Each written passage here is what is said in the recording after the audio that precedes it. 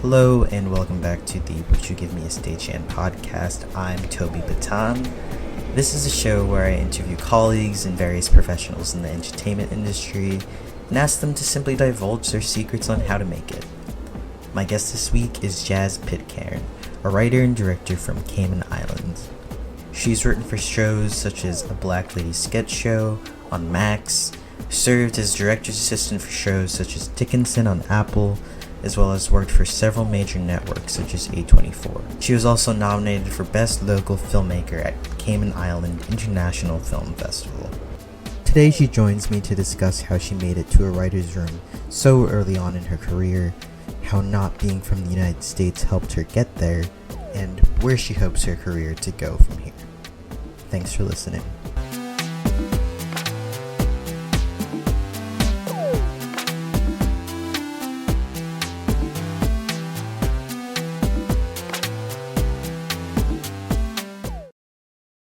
I just kind of wanted to start off by having you introduce yourself, talk about what you do in the industry, and if you want, you can talk a little bit about, the lead up to how you got there. Okay. Hello, my name is Jazz Pitcairn, and I'm a writer. Most recently, I wrote for HBO's A Black Lady Sketch Show. How I got to where I'm at. So I went to NYU. I studied film and television, and while there, I interned at a bunch of different companies like A24 and HBO, and really learned a lot about the business sides of entertainment and learned a lot about how important networking is. And so while at NYU, I stayed in touch with a lot of professors, a lot of different guest speakers, and that really is what helped me find work after I graduated. Once I graduated, through a professor's recommendation, I had an opportunity to submit to be a director's assistant on an Apple TV show called Dickinson. And I got the job and I worked on that for about 4 or 5 months.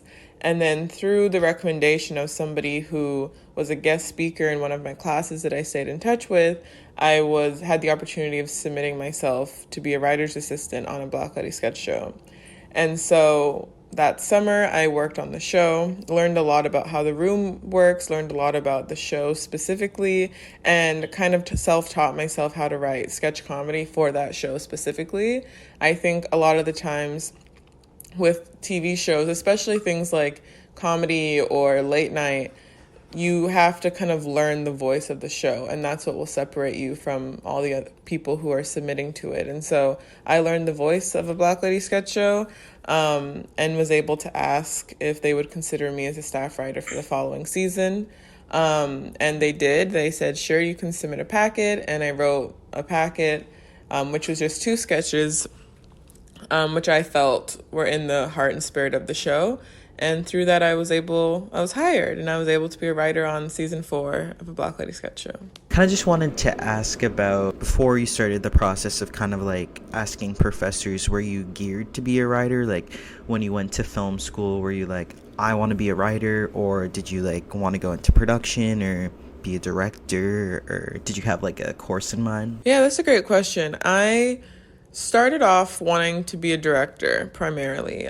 Directing has always been something that I've loved and been interested in, and that was that's the dream, that's the goal. When I went to NYU, it became very clear that if you want to direct something cool, you have to write something cool. Something that's in your voice, something that speaks to you. There's so many talented writers out there. There's so many scripts that are unmade, but ultimately when you're trying to be a director, you want to direct something that speaks to you and is in your voice and also speaks to your experiences. I'm from the Caribbean. I'm, first gen, I guess you could say, moving to America and stuff like that. And so for me, there weren't a ton of Caribbean biracial characters on screen or things that really spoke to me. And so I figured out that I had to write for myself. And in doing that, I started prioritizing that and writing through my own experiences, as most people do, as everyone says, write what you know.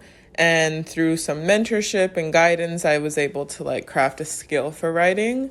But I wouldn't say that writing was something that I, was just oh, I'm in love with writing and this is my dream and it's my goal.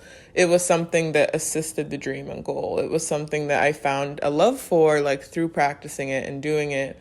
But yeah, and then I'm a big proponent of take any opportunity that comes your way. And so when the writer's assistant gig came up, I was like, yeah, sure, of course. And it's just one of those things where that's how the path ended up taking me. But I could have also continued working in production. I could have also assisted a producer, which might have put me more on a producing track to work on different TV shows or features. So it really just depends on where life takes you, and that's how writing came to me. Okay, so would you say that you more or less kind of like fell into it and just kind of like, through like guidance and mentorship, like kept going, or? Yeah, I mean, like ultimately for me, the goal is I want to write and direct my own features, my own TV shows. And so they come hand in hand. And I think through my own education and experience, I came to like accept and love that they go hand in hand. So the writing opportunity definitely came to me like out of nowhere in a way. Like if you would have asked me 3 years ago when I graduated, like I'd be writing for an HBO show, I would have told you were crazy. But it was one of those things where it can happen. Like that's a popular track into getting into the writer's room is starting as a writer's assistant or a writer's PA. Because again, it's all about who you know. So if you're in the writer's room, even if you're a writer's assistant, you're getting to know the showrunner. And those are the people that make decisions on who's hired, or at least have a huge say in those things. And you also have an advantage of getting to know the show, getting to know the voice. And so that's, it was just sometimes people are writer's assistants for years before they get that opportunity. I think where Black Lady Sketch Show is different is that that's a show where you only hire Black women to write on the show. So that kind of small, like the pool of candidates is a little smaller. And also Robin Thede, who's the creator of the show, is a huge proponent of bringing up young Black women. And so she really saw a need to offer those types of first-time opportunities. And so all of those things kind of aligned in order for me to get that writing opportunity sooner than later. Yeah. So would you say that like since you've been writing for rooms that you've started to like develop certain like practices and rituals around writing? Like do you find that you have to like write a lot outside the job just to kind of like keep that muscle moving? If so, like what makes you motivated to write? Because I know it can be hard, especially if it's your job. It's kind of hard to like practice as well. So yeah, like how do you go about that? Yeah, I mean, I think I've only written in one writer's room at this point. So that was my only experience. And it was intensive. Like you write a lot of sketches, you're constantly moving. But what's great about it is it's almost like a boot camp in writing. You're having to constantly come up with new ideas and just write and, have all these like short stories essentially pour out of you. And so in that way, writing in the room really helped train me for writing in a professional sense, I think. Like I look forward to using those skills in further scenarios, writers' rooms in the future. But also I think if you're writing something, you love writing. And so even though for me it was something that grew over time, like I love writing. Like right now, like that's what I do in my free time. I wouldn't say that like writing is hard. It's a lot of writing is just thinking and, putting different pieces of a puzzle together, trying to show your story and getting feedback and critiques and just keep having to push through.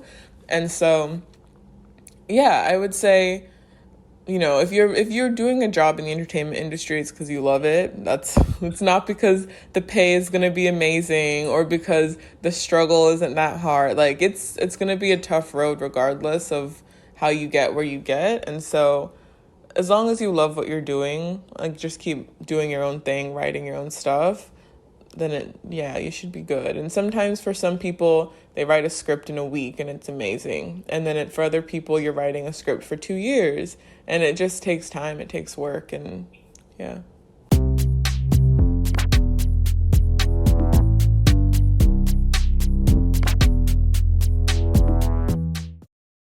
I wanted you to just to like talk about your experience, like being on set / being in the writer's room, because you said you started off working on Dickinson. So can you talk about what you were doing when you went to set every day, what the process was like, who did you meet, who did you interact with, so on and so forth? So I was a director's assistant to a director who was also a producer on the show.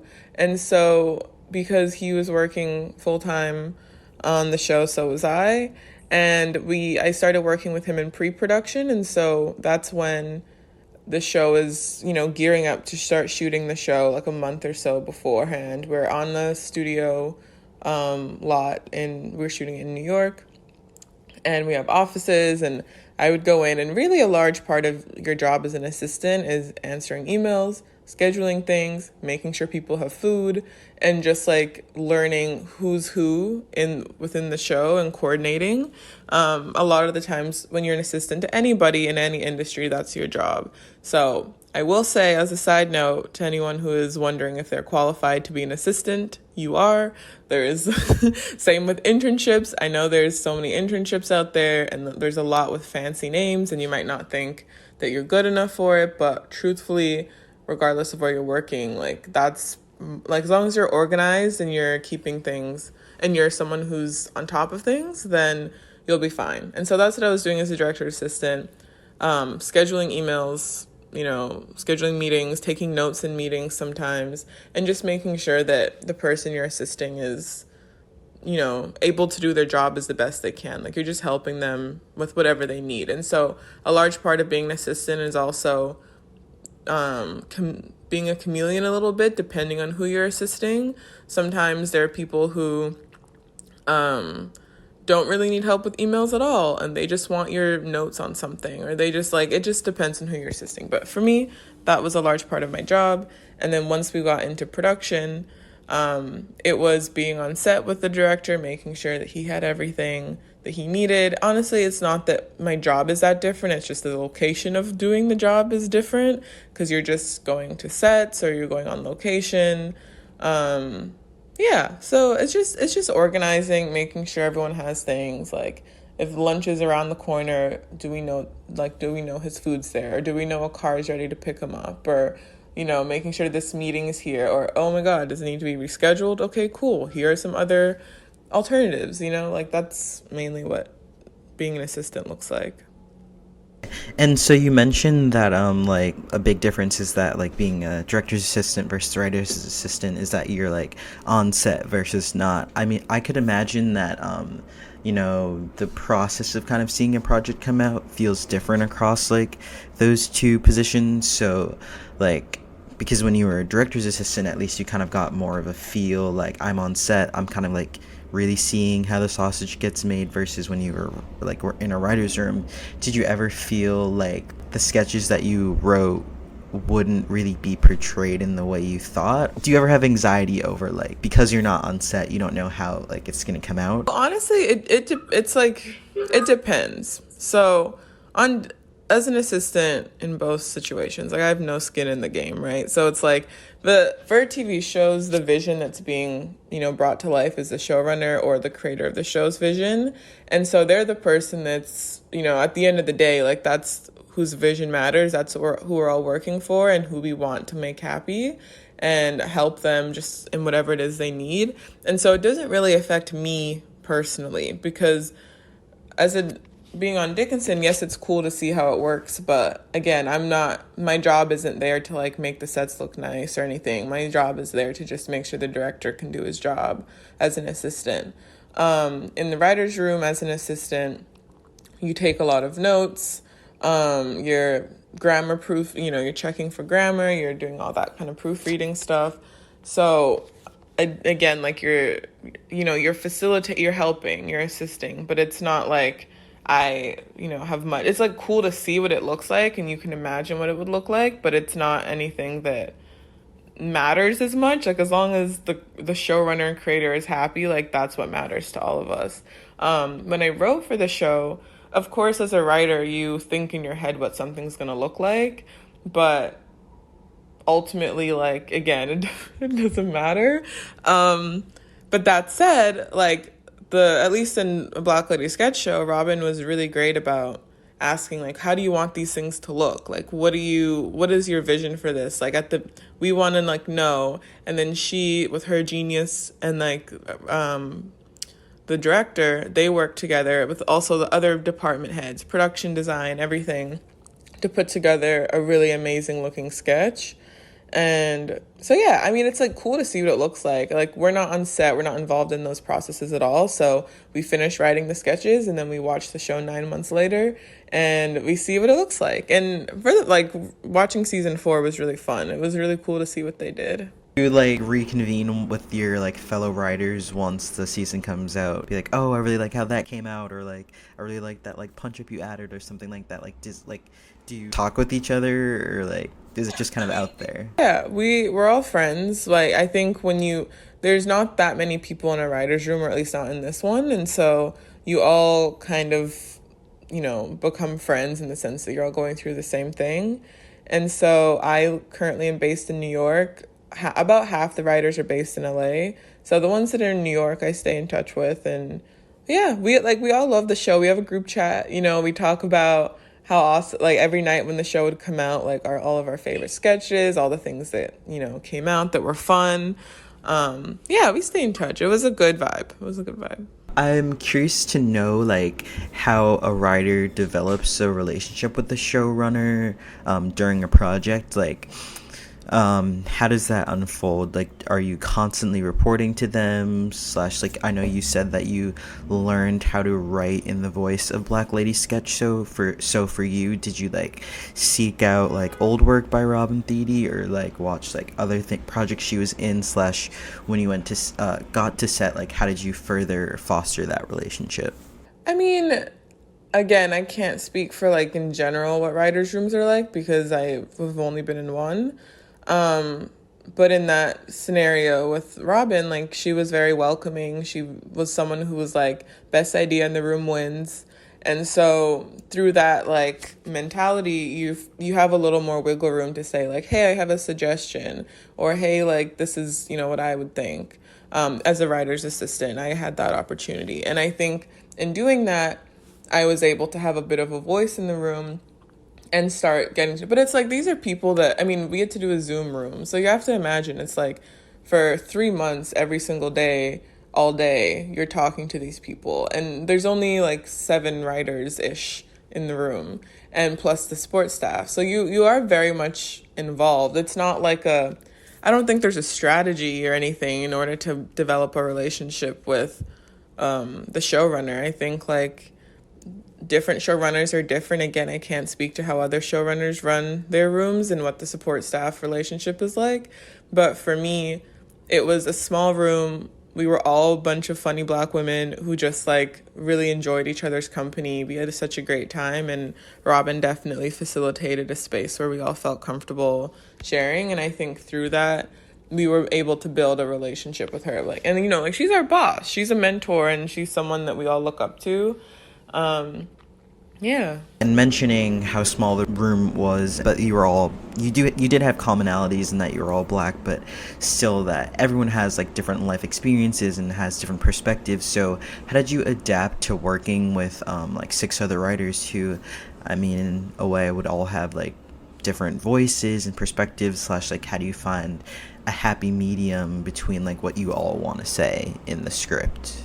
I'm trying to think, like, if that wasn't an issue. I'm trying to think, like, if there was a strategy or anything. There wasn't an issue. I mean, the beauty about a Black Lady sketch show is that it is a show which highlights Black women in very different scenarios, very different emotions, feelings. Like, it's not that every sketch is going to capture every single, Black woman, and that's the point. So that's why Robin chooses writers from very different backgrounds, very different, like different ages, different interests and things. And the whole point is to get a cross-section of Black experiences so that you can really show the like magical realism of like the Black female experience. And so that was something that was embraced. And the way that sketches are written, it's not like you have 7 people writing one sketch. Usually it's, each writer will pitch an idea that they kind of relate to, and then the writers can help each other out by like, suggesting other beats, moments, story ideas, what have you. And then that writer writes the sketch. And after that, this team works together to punch it up. And so it becomes very much a group effort, but it's not a matter of like 10 people in a room writing one sketch together. It's like one person kind of takes charge, and then as a group, we come together to make it the best sketch we can make it.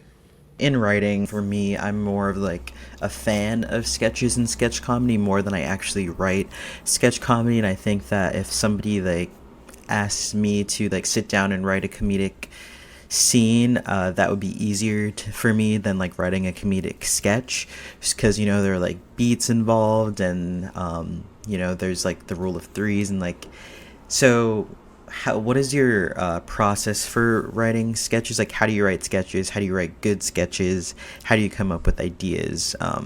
Is it just like you watch SNL, or like think of moments you've experienced in real life, or yeah? Yeah, I mean, I think so. In writing for Black Lady Sketch Show, again, like what's interesting is like SNL, for example, and Black Lady Sketch Show are very different shows. And so sketches that might work for SNL might not necessarily work for Black Lady Sketch Show, and vice versa. And so it's not really a show that you can look to other comedians to like write for. So really it's just thinking about your own experiences, going like, what happened to me or my friend or something. Like I always make a joke that I use my friend's trauma to write jokes for TV. Like that's basically what's happening. And so you come up with some funny ideas, and then you're like, how can I best showcase this theme or this idea in a 5-page sketch, right? And that you can come to that conclusion in so many different ways. Sometimes it's a simple, like, 1 + 2 = 3 type of sketch, and you pitch it and it makes sense. Sometimes you go into the room and you're like, listen, guys, I know I wanted to write about this type of topic or this type of theme. I don't know what the sketch is. And, like, the writers will help you, like, come up with something. Was there, like, a sketch across any of the seasons that you were like particularly into, or even like a sketch that you had a hard time with, like were there or that had any hiccups, or like a sketch that just like has stood out to you as your time writing? Let's see. I mean, there's so many. I really like, so this one's a personal favorite because supposedly a character was based off of me, but the original What Up, I'm 3 sketch in season 3, that one was really funny to me because that, for like, as my experience as a writer's assistant in the room who was like kind of shy, was scared to talk and stuff, one day Robin was like, I have this idea for a sketch, What Up, I'm 3, and she described it and it was so funny.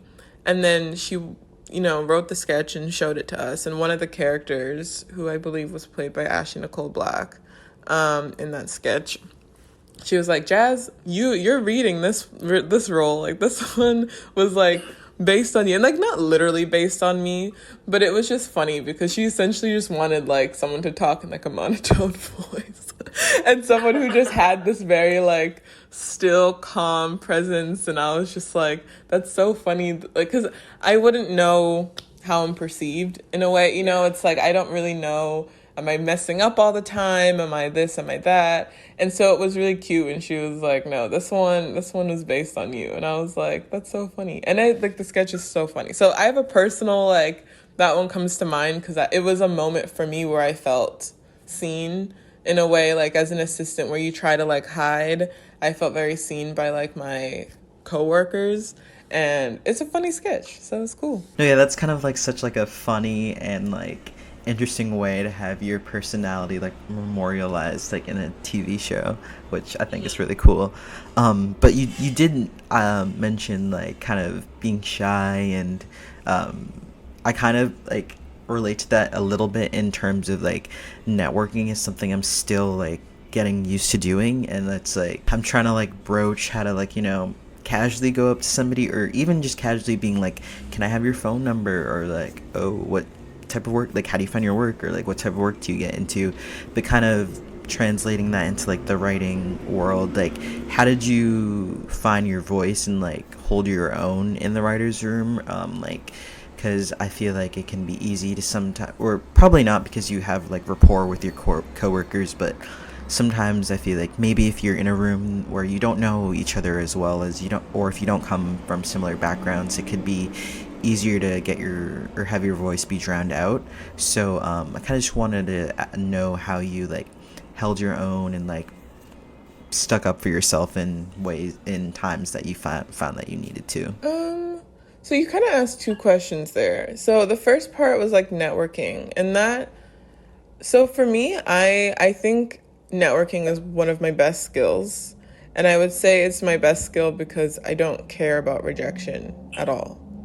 At all, at all, at all. Like, I'm the person who will email 100 people and be happy if one person answers and not regret at all reaching out to the other 99. I think because I was an international student, I'm not American, and so I needed a visa to like work in the US post graduation. And even when you graduate, so when you graduate as an international student, you get 1 year to try and find work before you then need to get a work visa. And in that 1 year, you have to work within your industry, but you also have to cobble enough credits together to prove that you are quote unquote extraordinary enough to get a work visa after the fact. And so I think for me, there was no other option. Like, I never had the option to know that I could fall back on bartending if I needed to. Like, that, I'm legally not allowed to do that. And so for me, I think like networking was just like a necessity. Like, I literally had to do that. And I just became very good at like getting in the habit of reaching out to people, staying in touch with people. And it starts like, again, I was privileged to go to NYU, which is a, very good film school. And a lot of professors are in touch with other people in the industry. And so that was, definitely a benefit of going there. But that said, like, one of the two professors particularly of all of the ones I had have been the most, I guess, important. Like, they or been the most like, what's the word? Like they've the ones that have been the most helpful, I guess, essentially after university were not film professors. They were like a marketing professor and a business professor who just happened to know all these other industry folk. And so I think what's important in saying that is that networking isn't just about like finding someone with the job that you want and reaching out to them. It's just about like being open-minded to meeting new people and finding new friends in different scenarios and places. Like, I stayed in touch with this professor because I genuinely really liked his class. I didn't think he would be the one that helped me get a job at Dickinson, And so I would say with networking, it's really just, don't think of it just as like, I need someone to get me a job, because you're going to get yourself the job. But think of networking more as just like, how can I expand my like resources or education in a way to like just know more people who are in the industry, know more people who are going through what I'm going through. Also remember to network across, like, your friends, the people who are in school with you right now, who are all unemployed, they're all people who are going to go off and do so many amazing things. Even if one of them turns out to be like a Michelin star chef or something, like, you never know, but like those connections are what's going to end up being like if you're friends with someone who ends up being a chef, and then 10 years from now you're trying to really impress this executive who wants to go to this restaurant that your friend works at, like, you never know where those connections are going to come in. And so don't think of it as like I need to become besties with the CEO of Disney. Think of it as just like, how can I keep expanding my breadth and my knowledge? And there's a lot of people that won't answer you, and that's okay. Like, I genuinely don't think anybody ignores you out of a place of annoyance or ill wishes. People are just busy, or they just have a lot of people reaching out to them, and so that's okay. But eventually someone will respond. So I always encourage to network with people network with people you don't know. You never know what will come out of that. On the other side about writing, what were you asking me about writing? I was asking about like how you hold your own in a Again, like, it's hard to say about holding my own, because again, the room was really welcoming. Like, I never felt like nobody cared about what I had to say. I never felt like I had to defend myself. Sometimes you like pitch an idea and everyone looks at you like you're crazy and you might have to defend yourself. But you also know, I think there's comfort in knowing that everybody wants the same thing in that room. Everyone wants us to succeed. Everyone wants us to come up with the funniest ideas. And so they're not going to leave you hanging. If you believe in something, then they will fight with you to try and find something that makes sense. And so that was like the culture of the room. That was what, we worked with. And so, of course, there are hard days where maybe the sketch that you thought you were going to write was like vetoed and people were like, yo, you crazy. But whatever you decided on writing instead was probably better or something that you identify with just as much. So, yeah. Do you think, had you not had that added pressure of being an international student and like having a smaller amount of time to find work and a visa, that you would be in the same place as where you are? Because I feel like that kind of added a little bit of like hustle to you, and like, you know, that's really necessary to like work your way up in the entertainment industry. So do you think that in a way was like more of like I imagine like that's like hard and stressful, like even without being an international student it's hard to find a job as is, but like do you think that kind of helped you in a way, kind of like worked to your advantage? Yeah, I mean, I'm someone who believes that whenever they say only 1% of people make it in the industry, it's not because that 1% that makes it are not the most talented people, in my opinion. I think the 1% that make it are the people that work incredibly hard to make it happen for themselves. Those are the people that have no other option. They're tunnel vision. This is what they love. This is what they're going to do. And they're going to keep working and fighting until they get it. And I really think that's the difference. And I'm somebody who, because of everything you just said, like I didn't have any other option as to like, just to like move forward and work really hard. And so if you're someone who's willing to put in the time and the work, I mean, just networking and emailing people or submitting to jobs is a full-time job on its own. Like that's a lot of late nights. That's a lot of monotonous, emails or whatever. And so you just have to be kind of like believe in yourself so much until, you're able to get your foot in that door some way. Was there ever like a time that you got a little bit discouraged and you were like, there are so many other jobs I could work that like would guarantee me like a work all the time, like good paying salary, because I know like this industry is like pretty precarious. Like even if you do land a job, it's hard to like be consistently employed, or did you just like feel like you were so like tunnel vision but in a good way that it kind of, you were like, oh, that's not an option for me, I'm just gonna like keep going until I find something? Yeah, I mean, as much as it might look on the outside like I've had a lot of success in the sense that I write for a show and had some cool internships and whatever, there was a lot of rejection along the way. And that can definitely be discouraging. I mean, my first internship ended up being at CNBC, but CNBC, out of literally, I think, over 100 internship applications where I was applying literally everywhere. I was even emailing people that didn't have internship programs, begging to be like a free intern, work for free. I got so many rejections, and that happened to be the one that was like, hey, we'll take a look at you, whatever. And that one was funny because I think I just happened to be one of the first people that responded to a thing.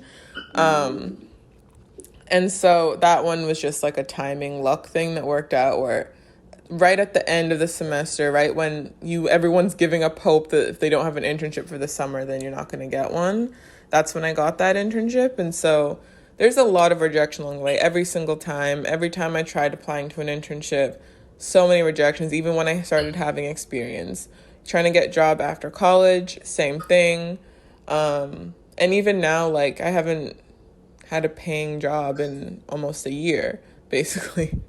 But c'est la vie. We're pushing through and, we'll see what happens. I'm just staying diligent in my own things that I can control, which is like working on my own stuff, working on my own things that I hope to independently, make should this strike continue.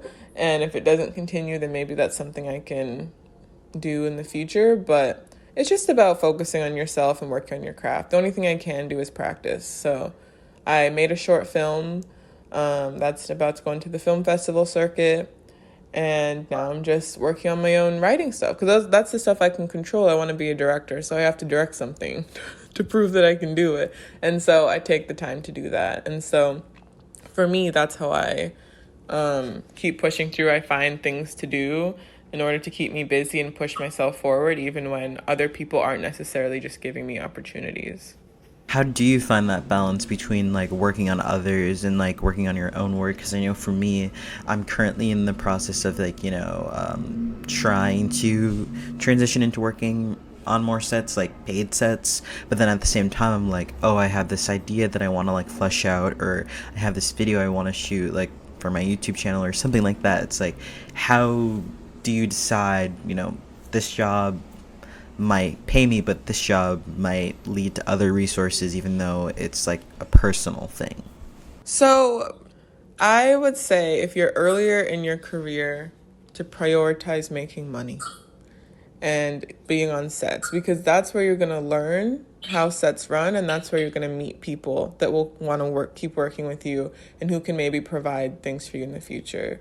If I tried to make the short film that I just made 2 years ago, would not have been nearly as good, would not have gone anywhere. And it was a story that I really cared about and have wanted to work on. And I wrote it years and years ago and was like, I'm going to do this. And I kept having to wait for multiple different reasons. COVID hits, or I have to, travel somewhere, or something unexpected happens, and the project never got done.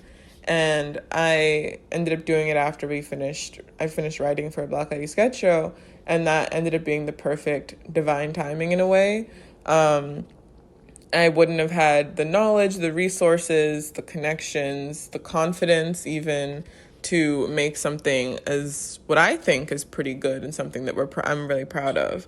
And so I think finding a balance is important. If you need to prioritize something at the beginning of your career, I think a way, like being on set, making money, and like meeting other people, learning how production works should be a priority, because those jobs are not guaranteed. You never know when your next one's going to come, and it never hurts to have as many credits as you can, That said, like, you should be using your free time for yourself. I mean, obviously it's hard to balance also a social life and just time off in general to like not burn out.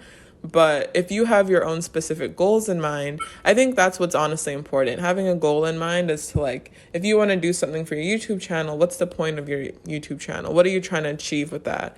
Is it something that is for literally just for yourself because it's fun? Is it something that has a specific goal in mind? Like, I think just having goals in mind as to like what those personal projects are trying to achieve. So for example, my short film is a proof of concept for a feature film that I would like to make soon.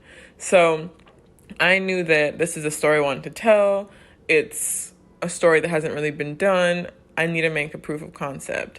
And then now I'm in the so it's for some people, they're like, oh, Jazz made a short. That's cool. Hopefully it gets into some cool festivals. And I'm like, yeah, hopefully. But also I'm thinking about the feature. I'm thinking about financing for that already. I'm thinking like I have all these things with the goal to eventually end up at the Oscars, like that's always been my dream. That's the goal. And this is my pathway to try and make that happen for myself.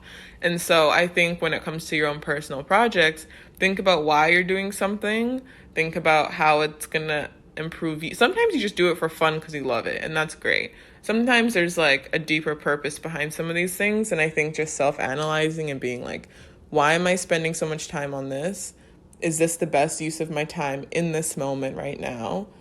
And how can I utilize this to my advantage, I think. So it really just depends on the situation, the opportunities that are around. If someone gave you $100,000 tomorrow to make your own film, then that should take priority over working on a set randomly, right? Like, because in that case, you have the funding, you have the whatever, that might not necessarily be there 2 weeks from now. Someone could pull out, something could happen. And so it's just a matter of figuring out what it is you want, what's going to get you there the most efficient way possible.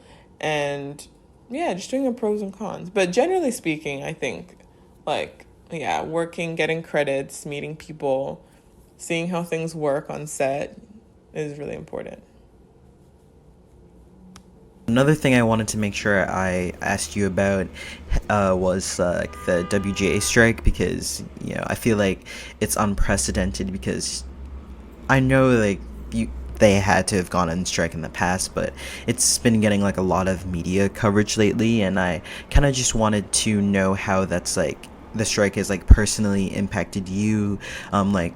I know that there were a lot of like reasons, like extenuating circumstances that made the WGA go on strike, such as the rooms are getting shorter, the pay was getting smaller, writers were not really getting that experience of like going on set that was really invaluable. So did you feel as though like you were experiencing the same things that led to the strike, or has your experience been kind of different as someone who wrote like on a Zoom show / how has the strike been like impacting you in finding work, or yeah?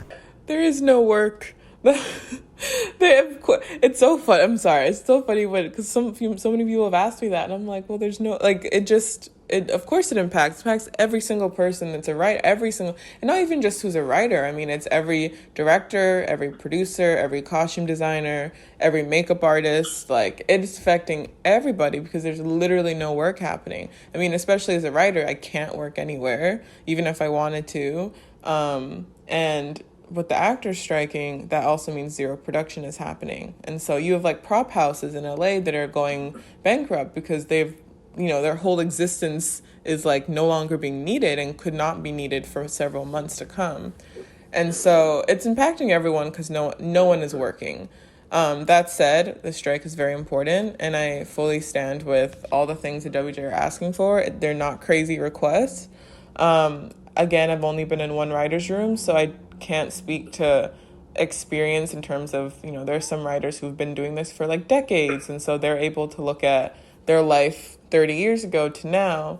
For myself, I don't have that experience, so I don't think I can really touch on that. Like, I just don't know. That wasn't my experience. Okay. And so now that the like Screen Actors Guild has like also gone on strike, do you kind of like see that further obviously like further impacting you, but does that kind of make you more hopeful or like a little bit more like reticent about like what the future is gonna be? And then also like I know that there's like people have been talking about like the threat of like AI like taking over like writers' jobs and stuff. Like, how do you feel about that? Like, do you think that's like an actual problem, or is it just kind of more people like catastrophizing and being like, oh, film and TV is gonna go away, art is gonna go away, blah blah blah? So yeah, I mean, the SAG strike definitely, I think it's helpful in the sense that there's more unity and alliance here. It's showing the studios that everyone on the other end are on the same page. And so I think it's hopeful in the sense that to see like that kind of unity, and the hope is that studios will see that we're not kidding around and we're going to strike until they bend. And in terms of oh my god, sorry, what was the last part? I was just asking about like AI. AI. Yes. AI is a real like threat. That's a real thing. That's not like people catastrophizing. That's real. It's already, I mean, that's my personal opinion, my personal theory is that studios have already been using AI to try and write things. They've already been attempting that stuff. They've already been trying those things, which is why they're so against agreeing to never use it.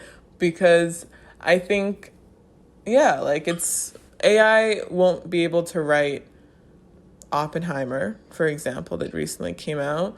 But could AI write a Hallmark movie potentially, and then you hire one writer to do a rewrite? And so instead of hiring a writer to write a feature that might take, 6 months, let's say, plus additional rewrites and stuff, now you're only hiring a writer for 2 weeks to do a pass to like make it more real. And that's what's really like, theoretically they can do that for anything they want because they're the ones putting content on the air. And so I don't know what the studio's plans are. I don't know anything like that. I'm not super well versed in the topic, but I do know that AI is a real thing. It's something that even if the content that AI produces isn't as good as what writers can produce, nothing is stopping studios from saying, well, that's the standard now. Like, it doesn't matter. Like, it just, and that's the issue. Like, it truly doesn't matter if 20 years from now, all the best TV shows were pre-2023 because those were all real writers. Like, it doesn't matter. So it's not in any of our hands. And I mean, even things with actors and stuff, I think one of the proposals the studios gave was like, we'll pay a background actor for 1 day of work, and in exchange we want full rights to their face, and we can use their face in several different TV, we own the rights to the face, and they get paid a day rate, so a couple $100, if that, and they will never have the rights to their face again. They'll see it on any TV show, any marketing thing. Like that was a genuine proposal that they gave. So AI is it's a problem for sure. That's so crazy that you say that that's one of the things the studio's proposing, because that was literally like a plot of like a Black Mirror episode. I don't know if you watch Black Mirror, but that's just so wild. I can't. Sometimes I kind of like resent the fact that I'm like so invested in this industry, because like this just comes along with like so many like things that you're just shocked by, and like the way that like writers are treated, like the way that like the people who keep the industry going are treated is just so like backwards. And then like the studio execs have the money when they're not even the ones like feeding the projects creatively. It's kind of hard to like stay hopeful, but I guess like, you know, in the end, the people who like have the real love of it like really stick with it. So in just wrapping up, I kind of wanted to hear a little bit more about like some of your favorite scripts or things you've watched lately that have like made you proud to be a writer, or be like, oh, that was written really well. So yeah, you could just talk about that. I mean, there's so much great TV, honestly. I recently watched The Bear season 2. I think it's a pretty popular show, so a lot of people probably think about that, but the writing on that show is insane. Even just, there was one particular episode, I think it was the 6th episode, it was a flashback to the holiday party. Oh my god, okay, yeah. But it was insane because everyone's talking over each other, and you're like, what does that script look like? Like, I think just things where you're just fascinated by what's happening, and you forget that, oh, someone wrote this. Like, that's always what's cool. So that's something to me that stood out recently, is something that was really cool to watch. Yeah. And like, where do you want your career to go from here? I know you said that you're working on developing the short into a feature, and then you want to go to the Oscars, and you know, I feel like that's very much a feasible goal for you. But then like after that, like, where do you want to go? Like, what do you see for yourself? I mean, I want to be a creative. I want to be somebody who can just make cool stuff. I mean, honestly, it's like the Oscar thing is like, you know, like that's the dream, that's the fun stuff, whatever. Like, who's to say whether that will happen? But I think as long as I'm able to write and direct some sort of content that I think is a cool, fun story that speaks to me and might speak to other people, then I'm living the dream, you know? Like, it doesn't really, I don't think I have any other specific goals, like whether that's one day I write a musical, or one day I have a reality show, but it's like about film. Like, I don't know. But I think as long as I'm doing something that feels authentic to me and like offers a different perspective in media, and offers a space for other Caribbean girls to be like, oh my god, like that's like me, like that's something that I just want, like in terms of in general. So yeah, we'll see what happens. And so there's kind of like a question I've been asking like all of my guests at the end of like the episodes, and it's, when people watch your work, what do you want them to think? Like, what do you want, not what you want them to feel, but like what would be like a gratifying situation for you and somebody like taking in your work? I think just someone who can see themselves in, which isn't going to be the case for everybody, but I think the point of making something is that even if only one person identifies with that character, and can feel something with it, and it's just like a new, like, especially like, I think it's especially going to be fun for Caymanians to see a Caymanian talked about on screen without tax evasion being put in the same sentence. Like, I think specifically for my country, that would be cool. But yeah, I don't know, like just in general, that's as long as like someone relates to the character and can be excited by something, like that doesn't mean you have to write like deep things. Like I love murder mysteries. I'd love to make a murder mystery, super like fun and comical and whatever, but maybe it's set in the Caribbean, or maybe one of the main characters from the Caribbean. Like those are the small ways I'd love to like make a little change. Awesome.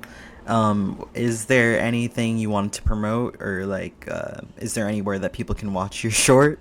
Not yet. We are in the festival life, so unfortunately I have nothing to promote at the moment outside of a Black Lady sketch show. If you want to watch any of the seasons, they're all fantastic. But yeah, thank you so much for having me. No, thank you so much for doing this. I know, like, as soon as I started this, I knew I wanted to, like, have you on because you've been so helpful for me, and, like, I'm so excited to, like, see the work you put out. So, thanks again so much. That concludes this week's episode of Wigmas. Tune in for the next episode, where I have my friend Piyu Sumani, who works as an editor/AC, to talk about their experience pivoting from engineering to film and teaching. Thanks for listening.